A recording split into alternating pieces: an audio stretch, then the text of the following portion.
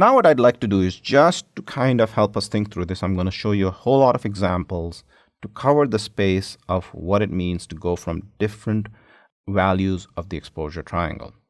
Let's take f number 5.6, and I will start off with a shutter speed of 1/10.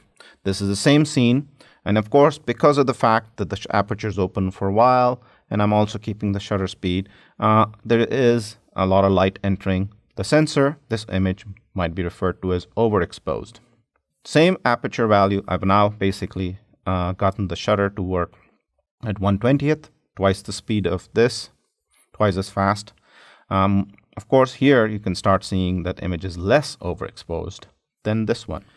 And going down again, doubling the shutter speed, doubling it more, and now you can start seeing that this image actually seems to have less overexposure than any one of them. But I keep on going there to 1/160th, same aperture value. Now it might start getting darker, more darker, even more darker, and now we're getting into the range of underexposed. For those of you interested, you may actually now start thinking about what would the histograms of these images would look like based on the lecture we had looked at before. Much darker image, nothing like this. This would be overexposed, underexposed. Extremely underexposed because now we really can't see any details. Let's now actually move up and down this axis too. So now I'm actually going to take this speed, 1/100th of a second, and then I'm going to go in and actually give it an f number of 4.0, f 5.0.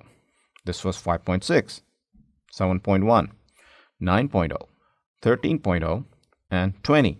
Again, you can see what the impact was. These, of course, the images are much smaller, so you can't details of the depth of field kinds of stuff here, but this seems to be a nicely exposed image.